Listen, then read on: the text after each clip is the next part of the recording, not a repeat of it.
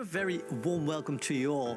Welcome to Designing Cities for All, the 2-year activity program of Pakhuis de Zwijger, in which we take a deep dive into designing products, places and systems for all. At every level, we can see certain communities being marginalized, being taken advantage of, and it's all part of the design. When you're neurodiverse, you're in a world that isn't designed for you. We're not the only species on the planet. The city needs to be also a city for the other species. And we need to do something because the old structures in which we worked don't work. Things won't change just if we just let things happen. Instead of saying, what can we do to mitigate the impacts? We need to start asking ourselves, what is causing that? Design is political, that we need to design processes, that we are all different, but there are things that unite us. These are the things that need to be on the table, that need to be recovered in order to redesign the society. Everything around us was once designed and can therefore be redesigned. How do we teach design in a way where students can be really critical of the systems of power that have informed and dominated design? Inclusion happens by design or not at all. I think it's always some kind of a co-creation process, and you have to make very little steps and then figure out together what works and what doesn't. It takes as much time to do something good as it takes time to do something bad. All design tells a story. But there's also a bit of a need to not just write ourselves into the past, but also kind of write ourselves into the future. I invite you so much to join my path of liberation, and I'm hopefully being welcomed by your path of liberation. We have to heal collectively. We have to help each other understand some of these constructs that actually divide us. Not fitting in was a blessing, or I would have turned out just like you.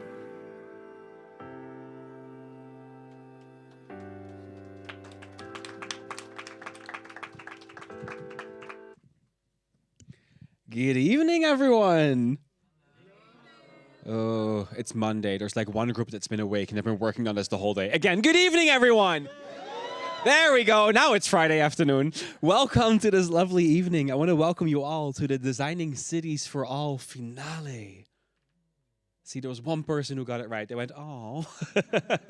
This is the last episode in Designing Cities for All regeneration program. It was a 2-year-long research and activities program to explore how we can design products and places and systems for all. From 2023 onwards, this program explored the concept of regenerative design, and it was done together with 6 fellows, many more designers, storytellers, artists, and experts, some of which are in the room tonight. With every episode, we learned more about how we can redesign the world in a way that recovers and strengthens the systems that are inside of it, ensuring that people and everything beyond the human can bloom. My name is Jeffrey van der Ven, and I get to be the host tonight. Yes. Thank you. So, on a personal note, I've been on this program as a host for a few episodes, as a guest, as a speaker, as an artist. You might recognize me without the head wrap. And I find when I heard it was the last episode, I was first really sad. I got this email that said final episode, and I was like, for the past 4 years, this has been something that I've seen come by consistently and that I learned so much from, and where I've had conversations and got to meet some of the brightest minds. And I didn't shed a tear. But it was sad. I was like, oh, this is such a beautiful space and such a beautiful program. And I would just like to emphasize that it's so rare to see the conversations that happened here on on a monthly basis for 4 years. And this wasn't part of the cards, but it's just something that I felt was important to stand still at. But tonight, we're going to make it a festive one because we're also going to celebrate the past 2 years. We'll have a presentation of the final publication. And that final publication is called Closing Perspectives on Designing Cities for All. We're going to have a few readings from that book. We're going to have the chance to ask many people who have contributed to that book questions. And also those of you who are joining us online, welcome. If you want to ask any questions, please go to menti.com and enter the code 56409526. I will say it one more time, 56409526. Then I want to kick off this night by welcoming the first presenter. She is the current lead coordinator of Designing Cities for All. I want a massive applause, and if the applause isn't loud enough, we're going to do it again, so do it right the first time. I want a massive applause for Faiza Mohadami.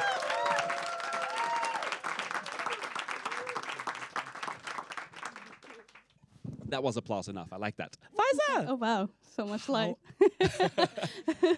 How are you sitting here tonight? Yeah, I'm doing good. I'm feeling very grateful and happy.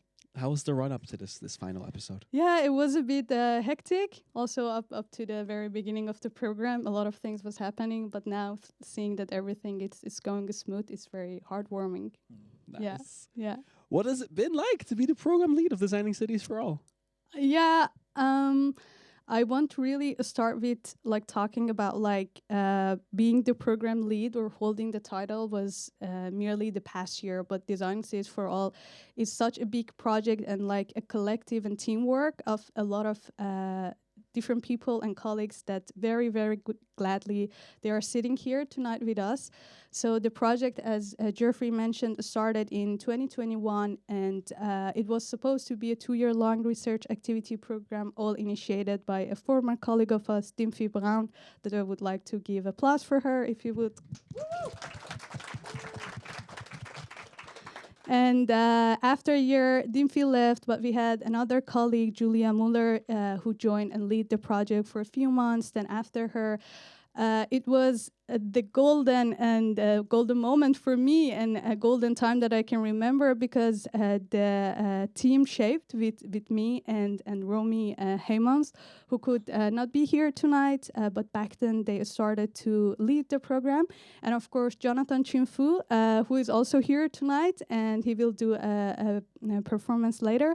And that was the loveliest moment. We would call ourselves Tiny Team. Because we're all short. You can see later also Jonathan, and so we were called Tiny Team, and it was the greatest time that I experienced here. We would always work in group together, and of course it was a bigger team. We had the time and opportunity to make more programs back then. But then we moved forward, and then it was the end of 2022, and we felt, oh, there are still a lot of topics that we want to discover.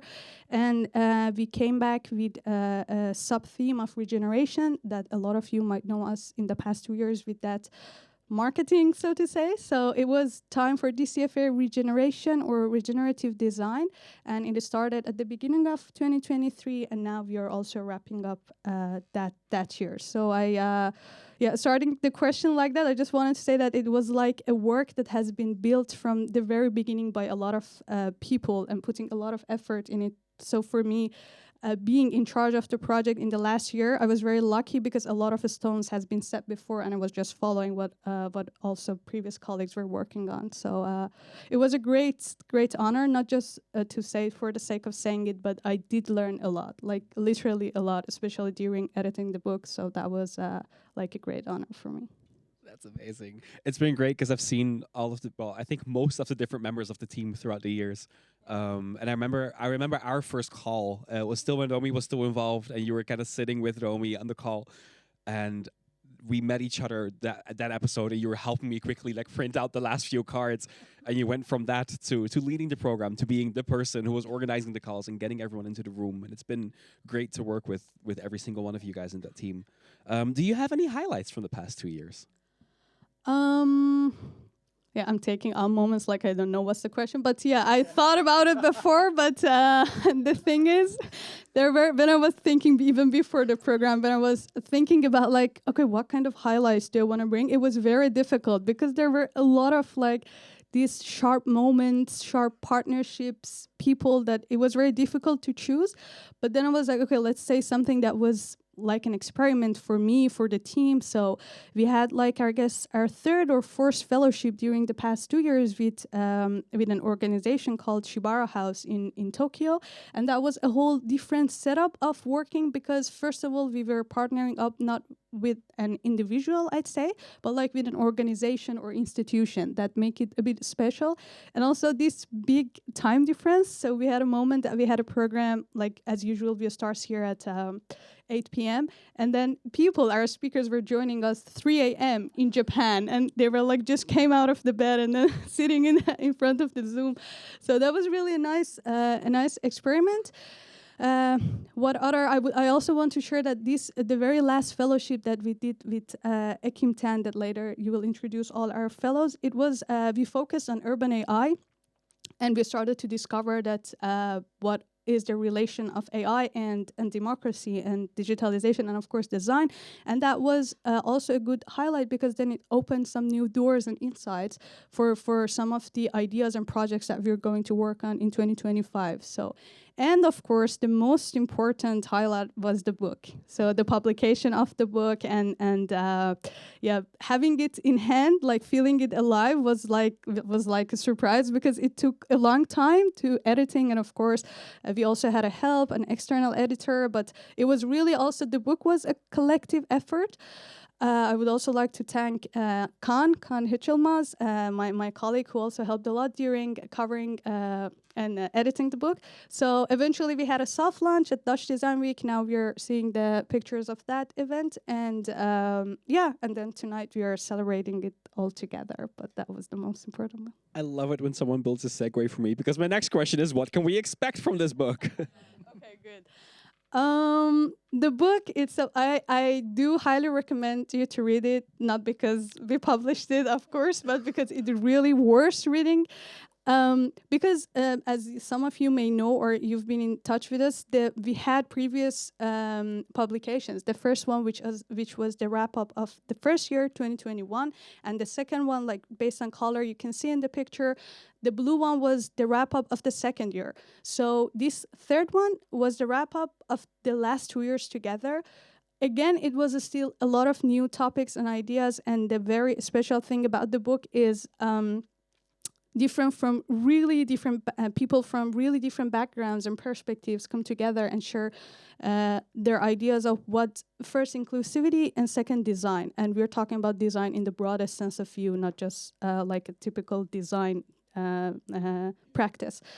I can give a little bit about the book. The first chapter, the book consists of 3 main chapters. The first one, it's about like challenging the status quo. What are the main struggles that we're having now? And then the second one mostly discusses ideas in practice. So if you can go through the book, you can see a lot of, it's even a reflection on an exhibition that we had with artists and 6 research artists reflected on making space in New West, like the neighborhood, to make people more belonging. And it was like a 6 months project, and it's really nice because, as I said, it really captures a lot of different ideas. And the last chapter focuses on looking in the future and what we can expect more. So it's a good collection of a lot of different ideas from the past, current, and future. Amazing. We're going to have you back all the way at the end of the show to talk about the future of the show. But for now, I want a massive applause for Faiza. Thank you. So as Faiza mentioned, the team has been really busy building a trailer of the past 2 years, and I really want to have a quick look at what the trailer looks like right now.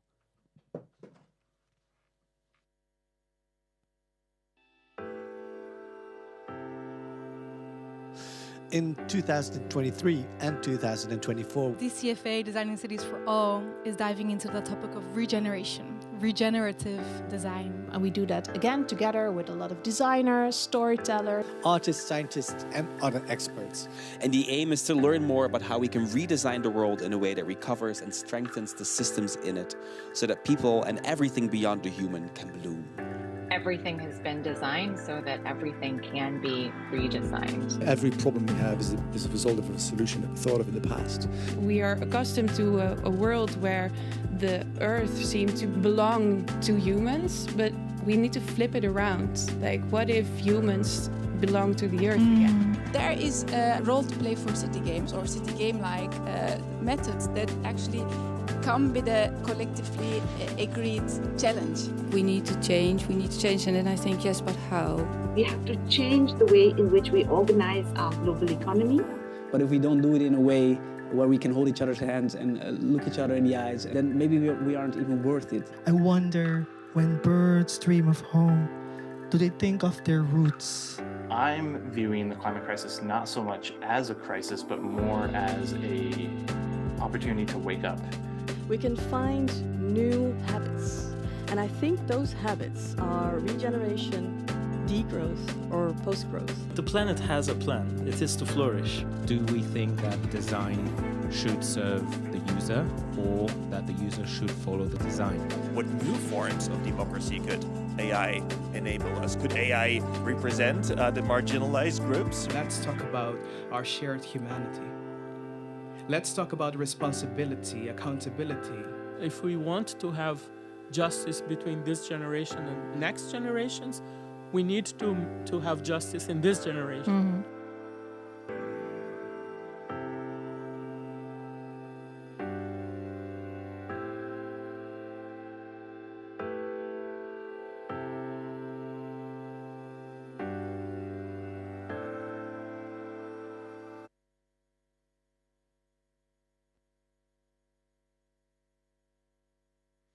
So to help us dive deeper into the past 2 years, I would like to welcome all of the involved fellows. I'll name them one by one.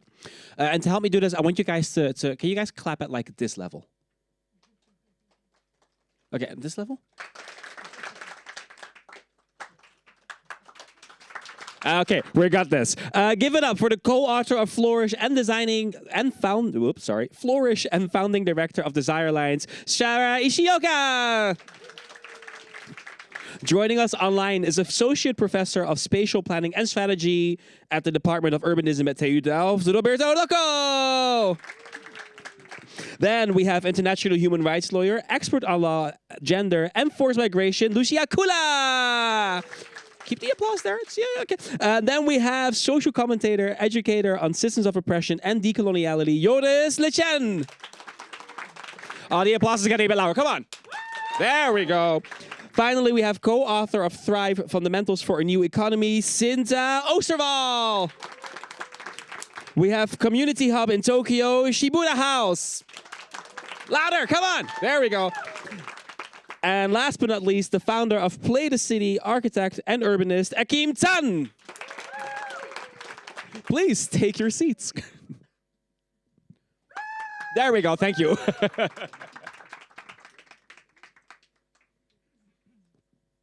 So while you guys get settled in, there's a slight side note. Due to the time difference, Madoka Mina Misawa from Shibaru House was not able to join us. It is currently roughly 3 a.m. in Japan. I do not blame her.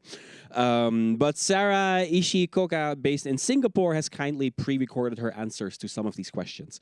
I see someone giggling because I'm probably ruining some surnames here. I tried my best. So we'll ask the questions here amongst us, and then we'll go to the pre-recorded answers to those questions from Sarah. First of all, welcome.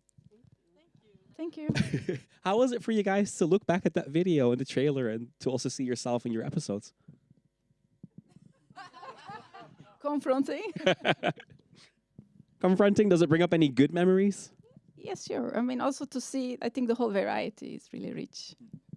Yeah, and I see also some like experiments that we ran. I saw a flashback to the episode that we had with Lucia and Joris where we were submerged in the audience, which was interesting from a host perspective, but I think for you guys as well. Yeah, we wanted to decolonize the room and now it's been recolonized, but it's fine. So we're going to dive into your contributions to the essay book later. But first, I want to just have a quick glance at the past 2 years and what that's been like for you. And a general question, were there just any aha moments that stick out to you guys over the past 2 years? Or moments that you go, oh, I remember when this happened and it stuck with me ever since?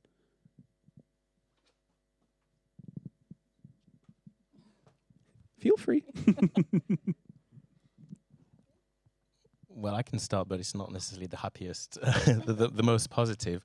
But when we were all preparing my fellowship with Romy at the time, it was in June 2023, and we were discussing the topics that we wanted to cover. And I remember at the time, Romy floated the idea of talking about Palestine. And at the time, I said that I did not feel that there was the possibility of covering those topics without it being derailed, or whatever we might say or discuss at the time, for it to be taken out of context and for the conversation to not be advanced, basically, or at least I didn't feel that I didn't have the capacity to be part of a conversation that might not be completely hijacked by discourses. And obviously, as we know, that was in June, and we know then September, and my fellowship, our fellowship with Lucia was September, October, November 2023.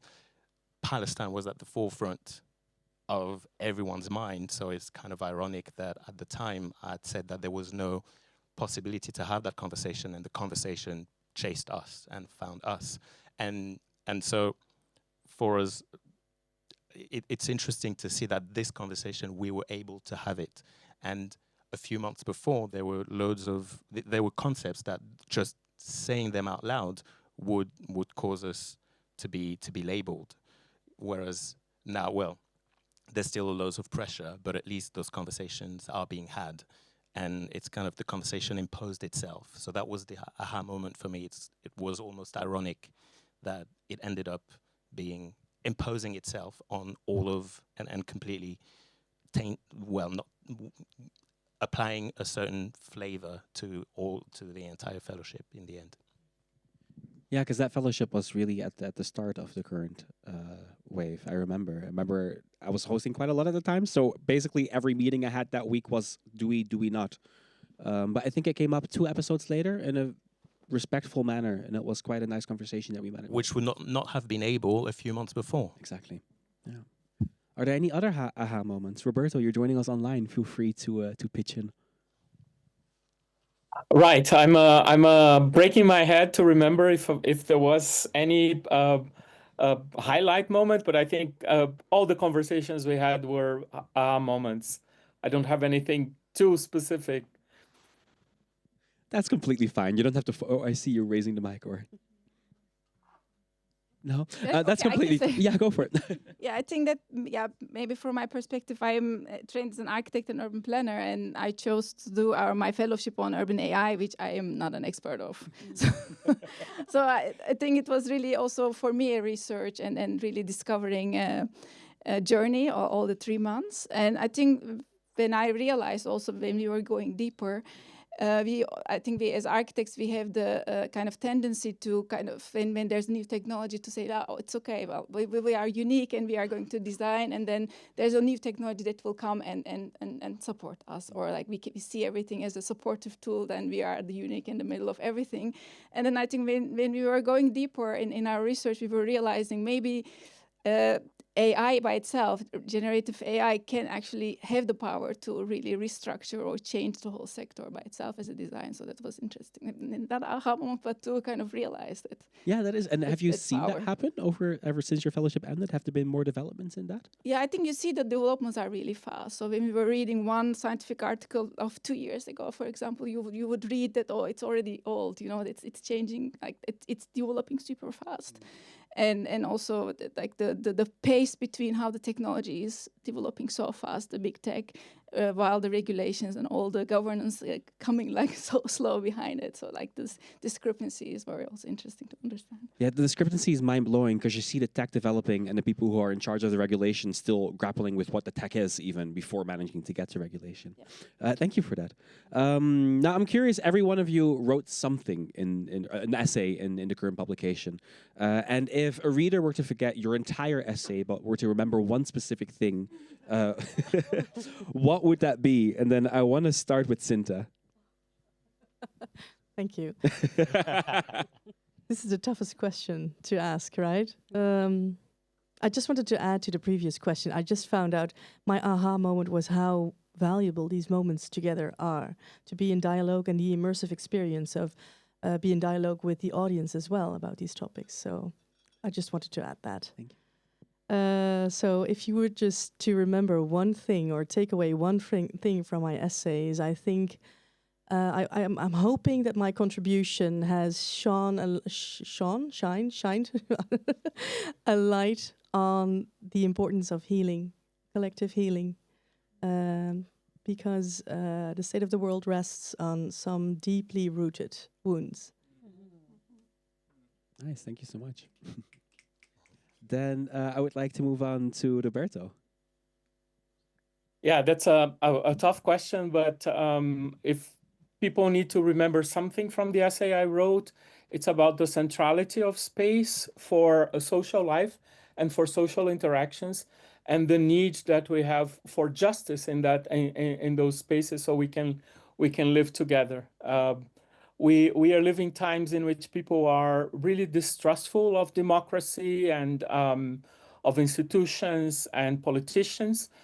Maybe rightly so, maybe they're right to be very distrustful, but we have to rebuild some kind of collective action that allows us to continue to live together on this planet. So that's my message. Nice. From the first two answers, I just want to go, maybe that should just be the book in and of its own, these like singular answers, because they're great. Lucia, what would you want someone to take away from your essay? Yeah, I think it's a combination of taking away and the aha moment as well. I think what I want people to take away from is the importance of life stories, which was also my aha moment in the fellowship with Joris, because Joris and I work a lot together. And we usually work with higher education institutions and organizations. And so we deal with a lot of academics, people who tend to follow policies and rules, etc., and with set ideas of how things should work.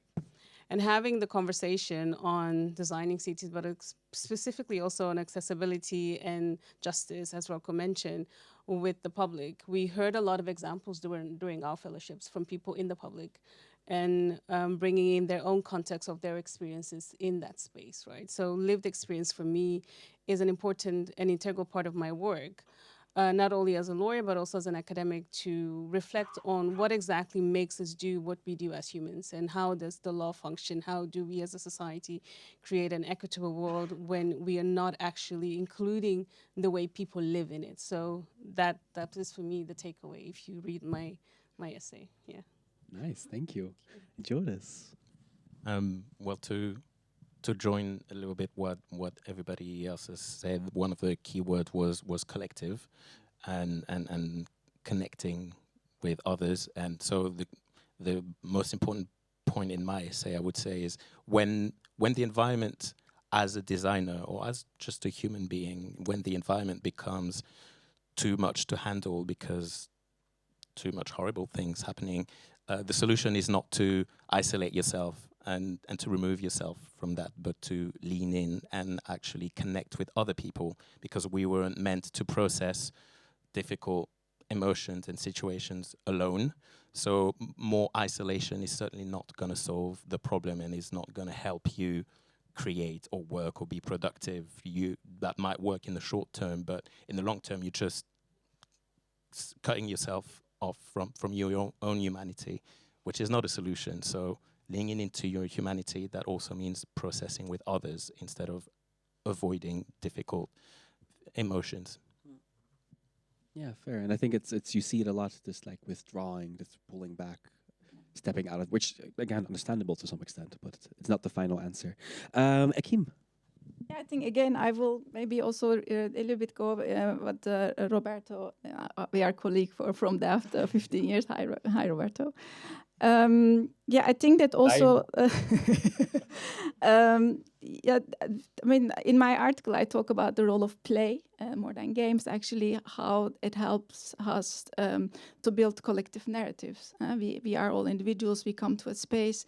We start interacting with each other, and it allows us to build a collective narrative, which I think is a way to actually respond to distrust, or a way to. I think it's also. I was dealing with the AI in the same way, looking at it as a collaborator, as a designer, and I think that will be also my takeaway. Nice. So we've asked the same question to Sarah Ichioka, and I think we'll have her video for 2 answers. Reflecting back on my fellowship time, I'd say there are 3 key things that have stayed with me the most, and these were all united by an ethic of care So the first example that's really stayed with me is Dr. Lila June Johnson's exhortation to us that we remember humans' role as active stewards of living systems and how this can be a beautiful and creative and positive contribution we can make to the rest of the web of life. Then Professor Tatsuyoshi Saijo, who shared with us about the practices of future design that he has led across Japan, where participants are guided into practices of care for future generations by embodying those future generations' perspectives in how decisions are taken about current investments. And then finally, the biophilic landscape designer Hakim Al-Amrani, who shared with us his practices connection with faith. And this provided a very important perspective on, I think you could say, fundamental human ethical principles that are embedded in most, if not all, human cultures. Principles of care, stewardship, responsibility that can serve us very, very well. Even the self-imagined godless amongst us, and how we think about living into the future that we want. So my essay in the book had to somehow encompass 5 different live casts. So it was a bit of a challenge to distill it down to say one key insight. And I thought instead maybe I could read an excerpt from my essay, which I will shorten and bring up to date for the context of this evening. So I felt gratitude for the sharings offered by various speakers from the basis of their own lived experiences. But at the same time, I've had this phrase, this line from an old Elvis Presley song running through my head in the 2 years that elapsed between my fellowship time and now, which is a little less conversation, a little more action, please. Because words matter, and sometimes they really matter, but alone they are not enough. So with this in mind, I hope that reading the many positive examples shared in the book will allow us to think towards what they suggest for our own localized explorations and experiments. Relatedly, the internet has enabled my participation in the program. It's enabled me to be with you tonight.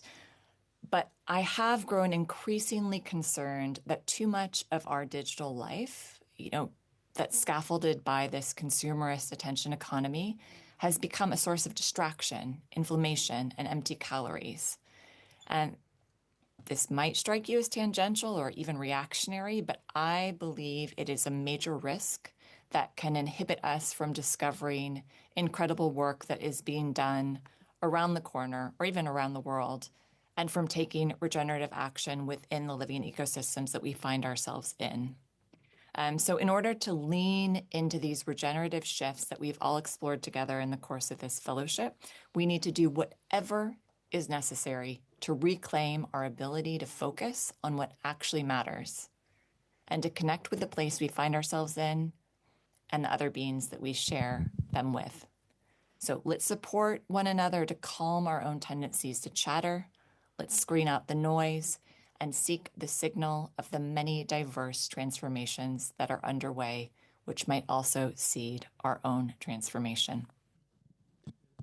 I love the very concrete call to action there. Yes, we can clap for that. So I want to thank Maxime for quickly crunching and putting these videos together, because it was something that we managed to do just to make sure that Sarah could still be here. We had one last question for Sarah, and that was how her essay explores what cities can do to heal communities and ecosystems. And I would like to hear her answer before you move on. I'd say it's more fundamental than conceptual, but the more I live, the more I think that relationships are everything, or if not 100%, they're 95%. And I think that how we relate to one another can be intentionally worked on. We can see it as a site of social design. And it can be so tempting to project outwards on to others how they need to change, how we know exactly how they need to change to make everything fine. And there are, of course, important collective endeavors for us to continue, like kicking big oil and big tech out of their corrupting seats at the table or their place in bed next to our policymakers and within our public discourse. But even in order to be effective in that, we need to define the spaces and we need to resource the time for healing ourselves.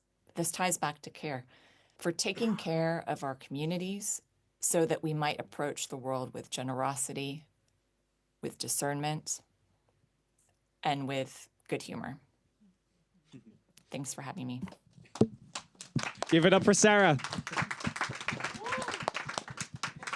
Now, I also have questions for everyone sitting here about their contribution to the publication. I would like to start with you, Joris. Your essay challenges existing power structures in urban design. What are the alternatives to the existing structures, or what do you propose?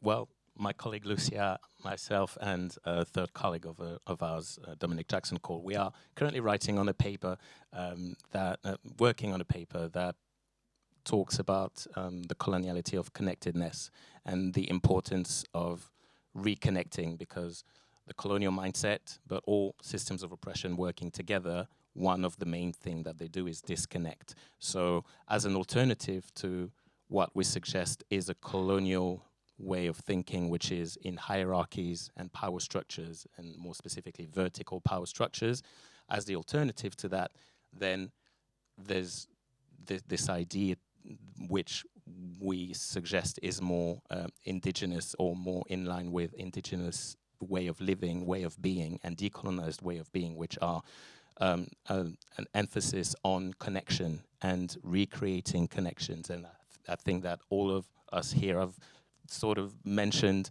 a way of, in a way, the importance of connections and recreating what has been taken away or what is constantly being taken away from us, which is this sense of humanity. We are constantly being alienated from ourselves, from the others, from nature, from land. And how do we expect to create, to be generative, regenerative, if we do not allow ourselves to be nurtured by our environment, whether it be our social environment, our physical environment? So really the best way to challenge the process is that which goals are to disconnect us from those sources of life and power and humanity. The best way to challenge that is to reconnect. So that also means tuning out the noise of the oppressor and then recreating those connections that are being constantly destroyed by systems of oppression. So that's a challenge. Not running away from our humanity and from others, but leaning into that. Nice, thank you very much. Then I want to move on to Roberto. Your essay explores spatial justice, and I was curious, how can urban planning foster equity? Oh, yes, I knew the question beforehand, but I have to say, spatial planning and planning in general has produced a lot of injustice. We have to start off by recognizing that, planning does a lot of bad things around the world, and generally is at the service of the powerful. But I believe that we can revert that and really reclaim planning as a human activity. Everybody plans, everybody designs. I like that somebody reminded us that we are talking about design in a very broad sense, in which we design not only artifacts, but processes and ways of being in the world. And I think that one of these, we can think about planning as a human activity in which we are talking about, diverse claims on space, and how to solve those claims in a just manner. It's not only about solving problems and who gets what, but who gets what in a fair manner in which we pay special attention to the trajectories of those who have been wronged or who have been wronged in history, and that we project a future in which these wrongdoings are corrected, so to speak. And I just want to finish with highlighting some of my fellows just said. Narratives are central to what we all do. Stories and ways of conveying reality are very, very central to what we do. We have good narratives, but we do have quite a lot of defective, unfair, unjust, and violent narratives that are pervading our reality. And I think our collective job is to provide better narratives to correct the injustices of the world. Thank you so much, Roberto. You can clap for that. There's this fun silent tension that hangs in a room when people don't know if they should or shouldn't clap. It's okay to clap at any point in time. Lucia, my next question is for you. How can inclusive urban design address the needs of marginalized and displaced communities? It's a really good question, and also a very challenging question, because in essence, the idea of marginalized and even, let's say, disabled people in times of conflict or even just in times of disruptions are not included ever, right? So the way we think of how people are removed from spaces of violence, the way we look at how accommodation is made accessible to them, right? So you see in refugee camps, for example, you see tents, you see access to water, and all of these things. Oftentimes, it's still very much catered to the very minimal able-bodied person, right? So it's not even considering those who have limitations in how they will, one, get there, but also how they will use the spaces that are provided to alleviate some of the harm or some of the violence that they're experiencing. So the idea that when we create a city or design a space where we all feel included, where we all feel that we have access, it has to first and foremost start by including the people that are affected by it, right? It is very easy for me to say that as a lawyer, I'll look at the policies, I'll look at the regulations, and I'll look at certain conditions and how they should be met. And I might also have input in terms of like my own accessibility needs for someone who has an invisible disability, for example.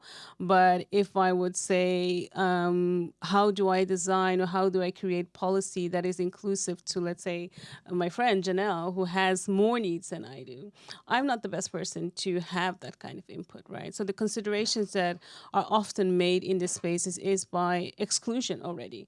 The people who need to be in the space to think about the design, even when it comes to, for example, AI. They're not people who are actually in need, right? They're not the people who have to think through, I have to get out of my house or I have to get out of my tent to fetch water. How do I make it to that space? How do I make it to the train? How do I make it to my educational institution without feeling like I'm a burden to society? Because that's what is then created, right? So we create certain tools and certain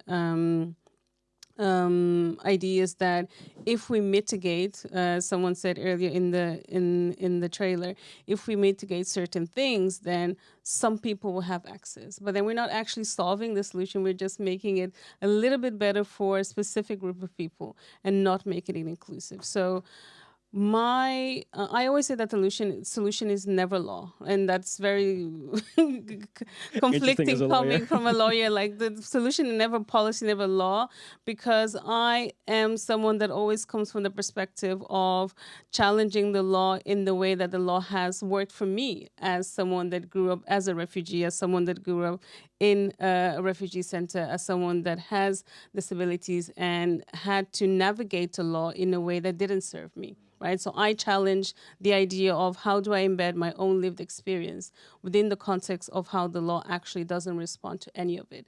So the law is not always the solution. It is really, as Rock also said, listening to the life stories and the experiences of people for us to be able to say, actually, we're talking about this, but this person is not even included. How are you able to actually come up with viable solutions if you're not reflective of the needs of the people who will need it the most? Yeah. Damn. I remember why I had to go for it. As like every single one of you speaking, I remember why I love hosting Designing Cities for All so much, because it takes the conceptual and the difficulty out of all these problems by making them extremely human and by talking about each other's stories. And I think there's so much power in that in a world that constantly dehumanizes us and reduces us to facts and numbers that we can't imagine. But when you talk about the stories and the people that it has effect on, it's such a powerful way of putting that into practice, and it helps, I think, everyone figure out what the problem is and how it goes on. Let's do another thank you. 4 years. Yes, honestly. Cinta, someone's clapping for that. Thank you. Cinta, I want to go to you. In your book, Thrive, you outline the fundamentals for a new economy. And I'm really curious how that economy translates into cities that prioritize inclusivity and resilience. I love these questions. I ask them as if they're like really small questions, but they're quite heavy. Yes. Yeah, thanks for the question. So Thrive is a book which presents us with 24 perspectives beyond capitalism. So it offers perspective. That's one thing. So I think that's nice for people to have a certain perspective. Things can be done differently. And these perspectives pertain to telling ourselves and others around us different stories of what wealth is, for example, or what a good life is, for example. So it comes down to telling these different stories, but what it doesn't address is telling ourselves a story about ourselves. So getting to know ourselves in the process of, I don't know, coming up with this new economy, because these perspectives. I'm sorry, I'm trying to answer your question with a short answer, but I'm failing. So these perspectives, they offer ideas that are fundamentally uneconomic, and they are uneconomic because they are about values. So they point towards this assignment that there is for humanity to get to know ourselves, to answer the question, what does it mean to be human in this world? What is our human contribution? So, and this is where it pertains to economy, is how do we create value, actual value for others around us, for all life in general? And economy doesn't understand these questions. It understands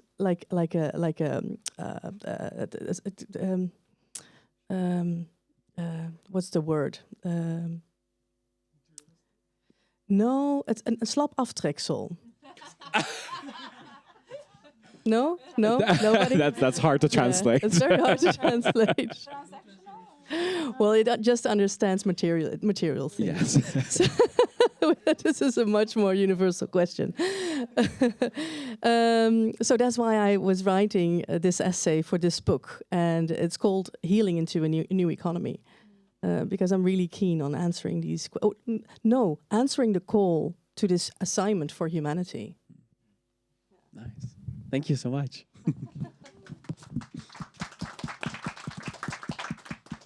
And then Akim, your foundation Play the City and Games for Cities have pioneered collaborative urban design. And I'm really curious, what roles does playing take in these processes, and what roles do games have in these processes? Yeah, I think the whole approach actually came coincidentally from a very theoretical approach. So we were looking at complexity theories of cities and trying to simulate how cities would be in an organic way. It can be simulated. And then I think there we realized play really helps urban planners to come from different perspectives, from different roles and interests, and then start building towards a more meaningful let's say, a whole, rather than like having one top-down designer telling everyone what to do. You know, that's, I think, in that sense, maybe we were one of the first ones who were saying, like, I think in the literature you have serious gaming that kind of is used for training and learning, but then the power of games as a generative tool.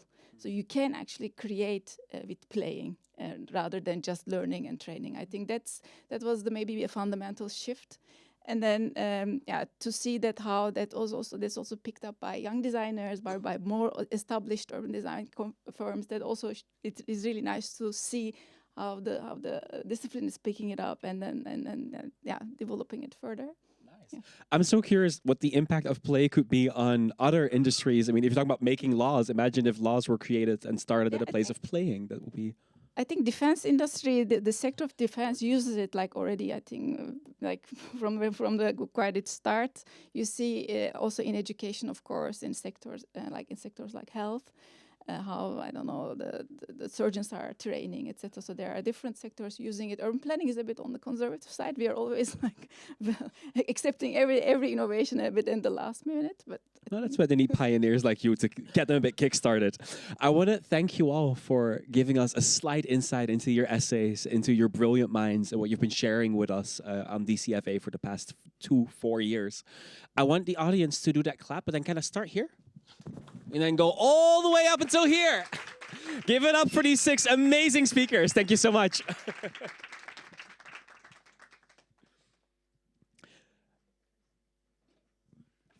Next card. Next, I want to invite 2 individuals who were part of Designing City for All programs in the past. They have both been involved in shows as speakers. I had the honor to be on the episode of one of the 2 of them, and they're both going to read some of their text from the essay that is currently in the book. And then afterwards, we have the chance to ask them some short questions. For the people online, remember that you can also ask questions by joining the Menti. Go to menti.com and enter the code 56409526. 56409526. I want a massive applause for storyteller, strategist, and inclusion instructor Sobi Khatib. And I want a huge applause for psychologist and DEIB trainer/consultant Janelle Salons.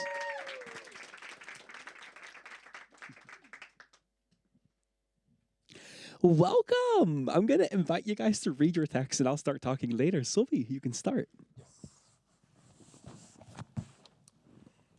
The second considerable... Oh, sorry, I have a mic.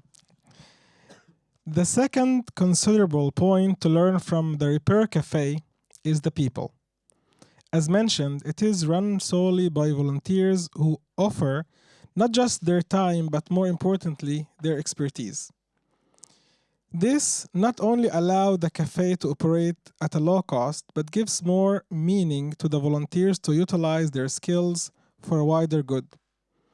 I can say from my activism background that many people would like to volunteer and give knowledge and skills to society.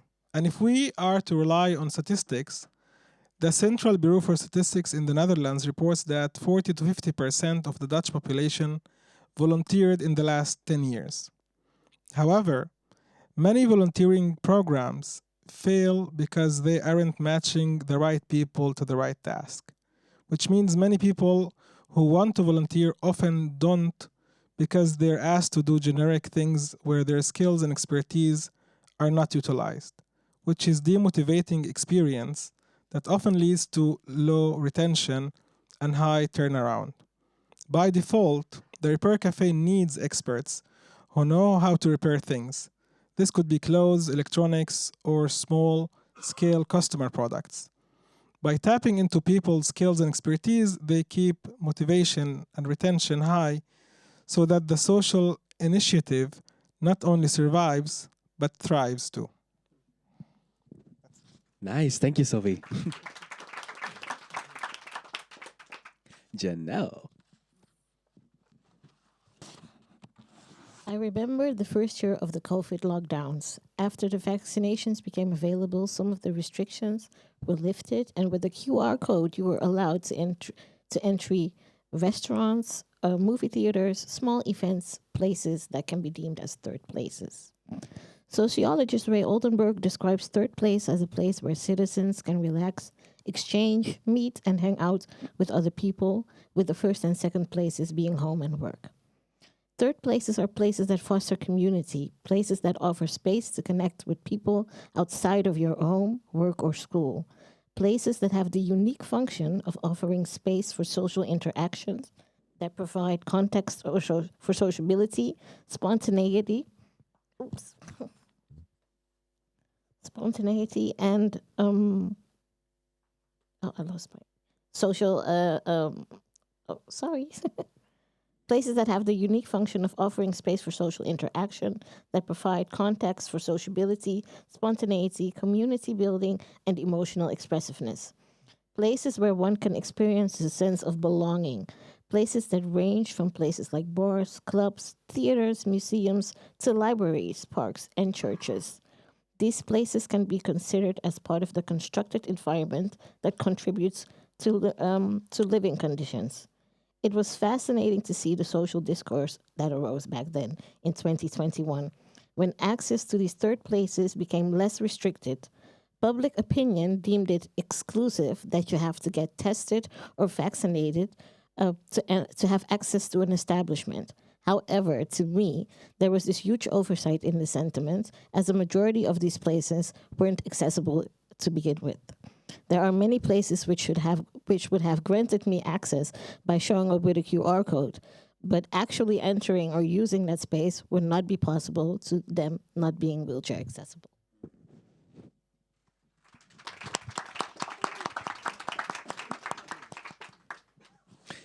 So the question that I have written down is, how did you come up with the concept of leisure inclusivity? But I'm more curious how it has landed, the messaging of leisure inclusivity. Well, to come up with it was fairly easy because as I moved between home and work, I think a lot of people kind of like they can imagine how that could come with some kind of restrictions, or that you would need some aids to move about in your home or as you go to work. But when you want to go out and have a good time, as a lot of people do, people overlook it, and that's I can tell by the experiences that I have when I am outside and enjoying myself, either when I go to a festival or when I go to the movies, and I have to enter the movie theater through the back entrance and use the how do you call the lift? Oh, the goods elevator. Yeah, the goods elevator. As if I'm sort of a second-class citizen or some sort. But also when you are at a festival and there are people that come up to me and continue to express, "Oh, it's so good that you're here. Oh, are you having a good time?" Really patronizing, and in some cases even pat me on the head. So and that's mainly because if these places aren't accessible, you won't see people like me. So you won't be used to seeing people like me there. So I, in an odd way, can almost imagine like, oh, that's surprising or that's interesting. But, as I move about, and basically I'm a homebody. I like to stay at home, so that's good. But I also am a foodie, so I like to go out and have a good time with friends and stuff. And it's always such a hassle because you have to always plan. You can't just wake up, get out of bed, and think, "Oh, you know what? I would like to go out and do. I would like to go to Maastricht," because then I would have to make up an entire plan for how do I get there. Is it accessible? Are the restaurants accessible? Do the restaurants have a disability or wheelchair accessible toilet? So there's so much that goes into that. That's actually part of my daily routine, even outside of living and going to work, that it has entered every facet of living for me. So, but I don't think when we talk about having a good time, that people even believe that people that have disabilities are allowed to have a good time almost. So it becomes this like luxury thing that only a specific group. Or almost like, oh, how dare you be outside? you remind me of my mortality. So that's uncomfortable for me to have somebody like you in the same space as I am. So. Yeah. And I like that you mentioned the elevator, because I think that some places go, oh, I mean, you can get inside, we're accessible, but I think it's also the human value side of it, where you still want to feel like the rest of the public going in. It shouldn't be through a freight elevator. That's a completely different way of entering it. Exactly. Yes, you have to feel welcome, or it shouldn't have to be a hassle for me to get into the establishment, or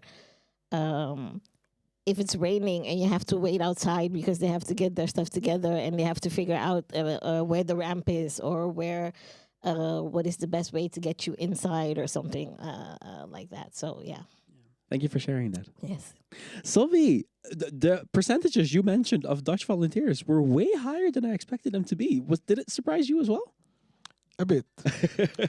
Although I must say, like, if we go back to the COVID period as well, I was volunteering in some places, and some places were basically telling, we don't need more volunteers. We have a bit too much. So, we want to stop. But for me, I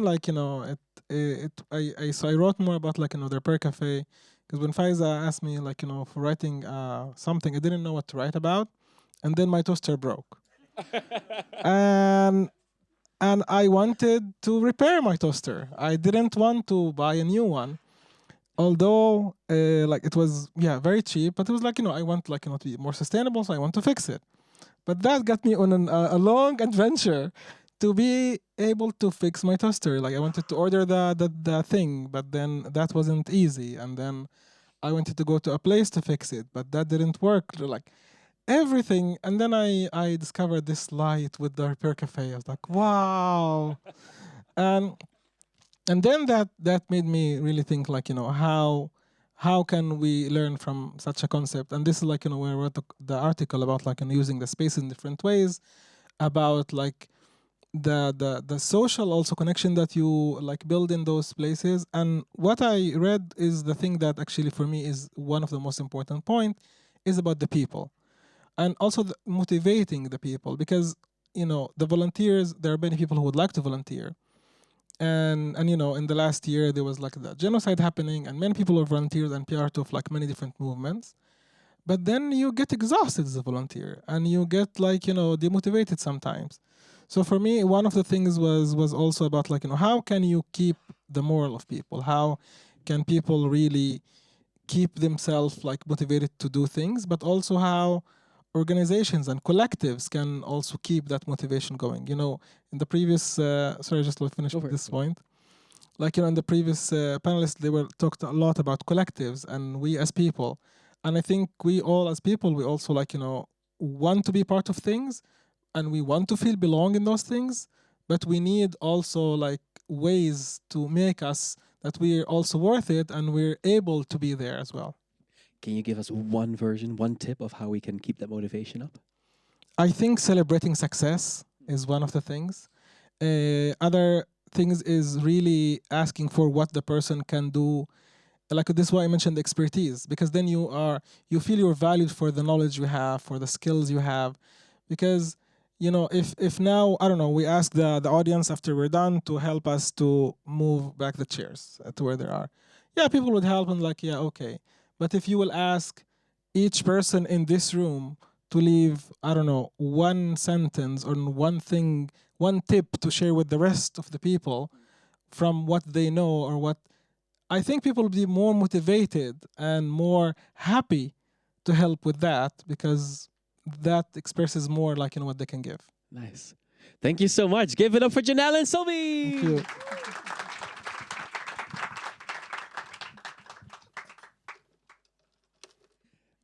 I find this, it's a very interesting program because it's giving a quick flash. Can I help? It does a quick flash into all of these different people who've been involved in DCFA over the past few years. And I, with every single one of you, would want to speak for 3 hours. With some of you, I already have spoken 3 hours because I wouldn't let you go afterwards. And I find it shows the importance of a program like this that brings together such unique minds and such different perspectives to talk about the human side of all of this and the connection and the value. I know there's many people. Can everybody who was involved in DCFA over the couple of years that's sitting in front of me, can you raise your hands? So there's very few people in this room that were not involved in designing cities for all in one way or the other. I'm curious, are there any people in the audience who want to share an aha moment that they had or a special memory that stuck with them from this program? I see someone patting their friend on the back going, why don't you share something? Oh, there's someone right to the left of me. Is there a microphone in the room? There is a microphone coming your way.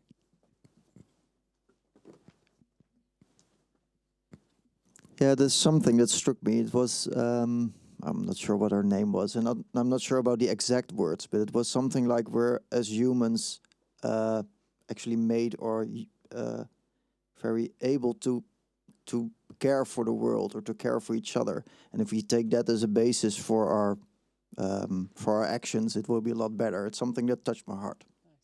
Thank you. Any other memories or moments? I see like a little hand go up in the back. No? Just scratching an ear. That's different. Cool. I'm not going to force it if it's not there. I want to welcome back someone who we spoke to earlier. And we're going to look at what the future beholds for us. I would like a massive applause, and I'm stretching time so that she has time to bring the microphone down. Give me a massive applause again for Faiza Mohadadi.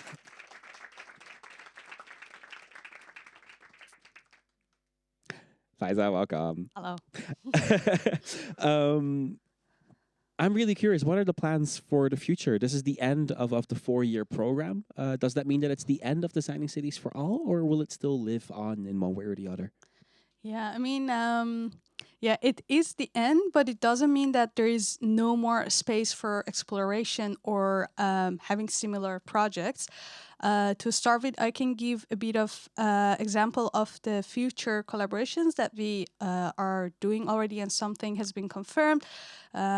As an example, as I said about the last fellowship that we discovered a bit more in AI and democracy, we're going to start this program series rather than a long two-year-long research and activity, but it's like based on a 3-month collaboration with an initiative called FemData. And it's going to be focused on biases in data, and then about more how democracy in digital world can be assured, so to say. So that's one of them. The other one that is confirmed, and I can give more information about, it's a collaboration with Havia, so the Hogeschool van Amsterdam. And we're going to focus more on education for all. And so what I'm trying to say is that all this valuable material and collective work and all this archive, it's going to be used. It's not that it's going to be aside and then it's lost in the history, but all of them will going to be used again. As an example, the education for all. And also we're working on a summer school with a partner in Berlin, but more information will follow. So please always have an eye on our website, dezwijger.nl, and whatever we do will be posted there. So you can always be informed of what are next steps.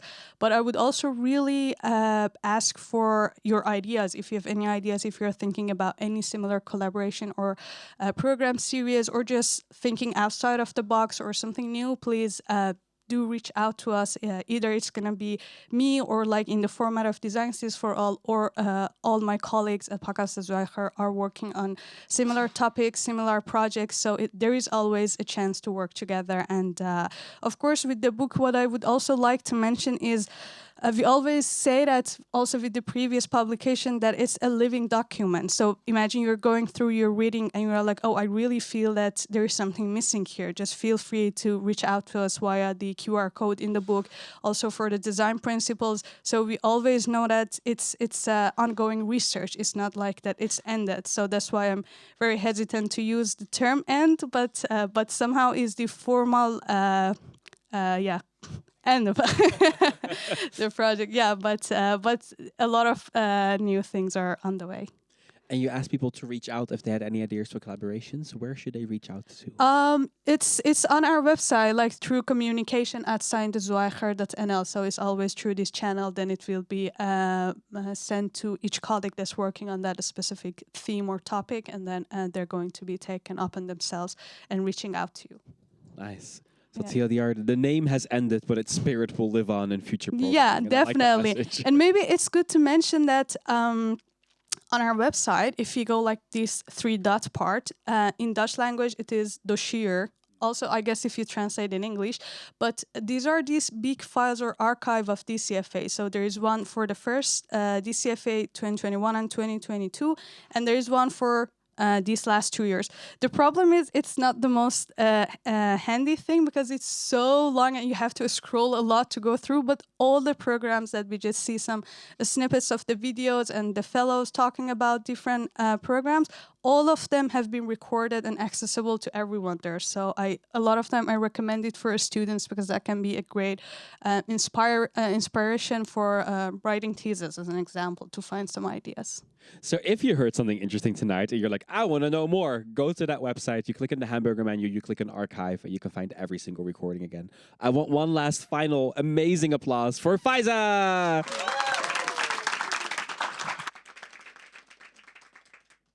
It's kind of nice. I just get to sit here and people walk up and down to me. I don't have to get out of breath about like reaching my step count for today.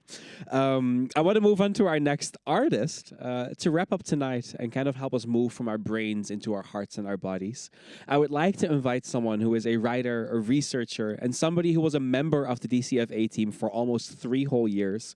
I want a massive applause for the spoken word performance of this evening, Jonathan Chienpo.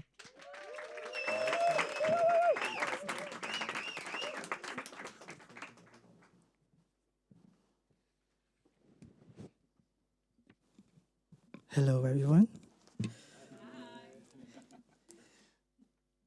So actually, I'm going to do 2 poems today, and one of them you could briefly hear in the trailer. It's like a cute poem with a very deep message, which is what I like. And it started with this philosophy of or thinking about what do birds dream, and it's called When Birds Dream of Home. And it has some Sranantongo elements, which is my mother language. So you might not understand everything, but you can feel it. Lik foru miwani frey, bossi, dansi, nangawinti, why? Lik foru miwani free. When birds dream of home, do they think of the Arctic's melting ice caps, hurricanes rampaging the Caribbean Sea, gentrification dominating the city? I wonder, when birds dream of home, do they think of their roots, constantly get asked where they are from, complimented how great they chirp, tweet? When birds dream of home, do they ever feel lost, torn between cultures, foraging, nitpicking scraps of their identity? Do they long for the food of their grandparents, get curious about their ancestry? I wonder, when birds dream of home, do they ever feel insecure about their body? Are they ever afraid of being welcomed, being too fat, too gay, too skinny, too dark, too much? I wonder, when birds dream of home, do they ever think of the borders, forever expanding walls? Do they go through the IND, pass an integration test to be welcomed to the flock? Lik foru miwani frey, inaluktu, pusi, dansi, nangawinti. Why? Lik foru miwani free. When birds flee from home, when they are forced to move from here to there, home turned to ruins, history, language, culture, family incinerated to dust, home becomes floating memories, constantly searching for a place to root. I wonder, when birds dream of home, where will their spirits fly? Thank you.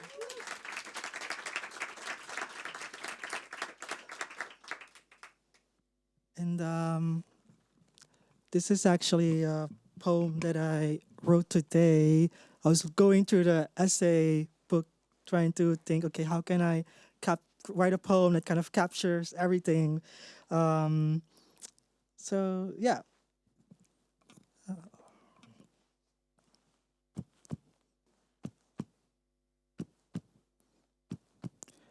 Before designers, before cities, borders, before humans versus natures, there was only darkness, pitch black, chaos, the entropy of dying stars constantly giving birth to more life.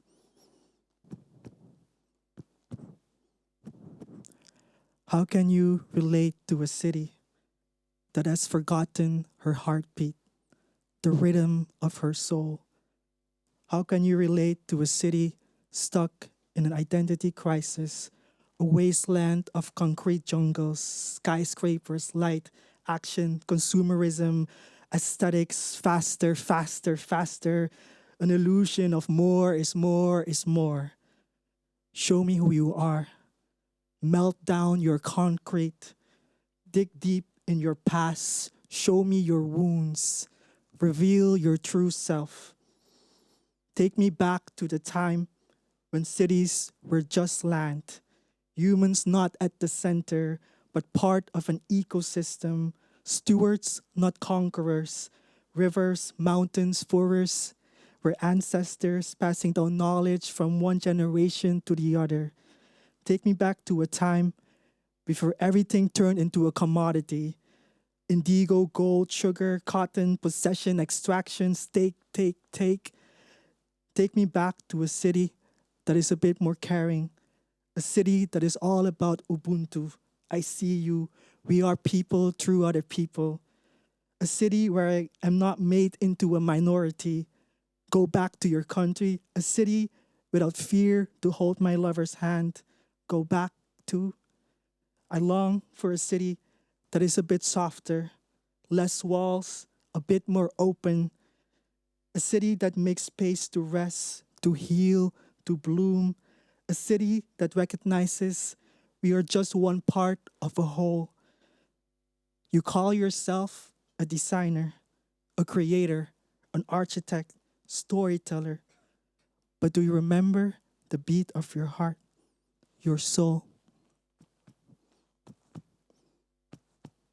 Peel off your mask, melt down the concrete, erase these imaginary lines. There is no I, only we.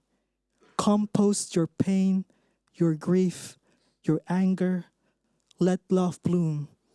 Rip open your chest and feel.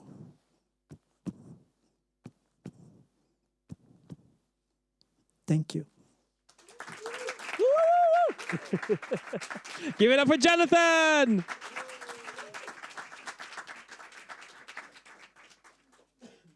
How can you connect to a city that has forgotten its heartbeat? That is a line that's going to stick with me for a long time. That was really beautiful. Thank you, Jonathan. I would like to take one last moment for the very last time, and this is normally how we open every episode, to look at the trailer that was put together by Maxime.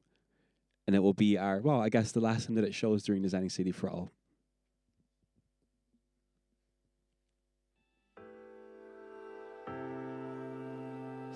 In 2023 and 2024, DCFA, Designing Cities for All, is diving into the topic of regeneration, regenerative design. And we do that again together with a lot of designers, storytellers, artists, scientists, and other experts.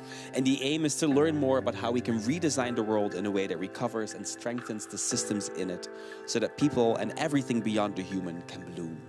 Everything has been designed so that everything can be redesigned. Every problem we have is a result of a solution that we thought of in the past. We are accustomed to a world where the earth seems to belong to humans, but we need to flip it around. Like, what if humans belong to the earth again? There is a role to play for city games or city game-like methods that actually come with a collectively agreed challenge. We need to change, and then I think, yes, but how? We have to change the way in which we organize our global economy. But if we don't do it in a way where we can hold each other's hands and look each other in the eyes, then maybe we aren't even worth it. I wonder When birds dream of home, do they think of their roots? I'm viewing the climate crisis not so much as a crisis, but more as a opportunity to wake up. We can find new habits. And I think those habits are regeneration, degrowth, or post-growth. The planet has a plan. It is to flourish. Do we think that design should serve the user or that the user should follow the design? What new forms of democracy could AI enable us? Could AI represent the marginalized groups? Let's talk about our shared humanity. Let's talk about responsibility, accountability. If we want to have justice between this generation and next generations, we need to have justice in this generation.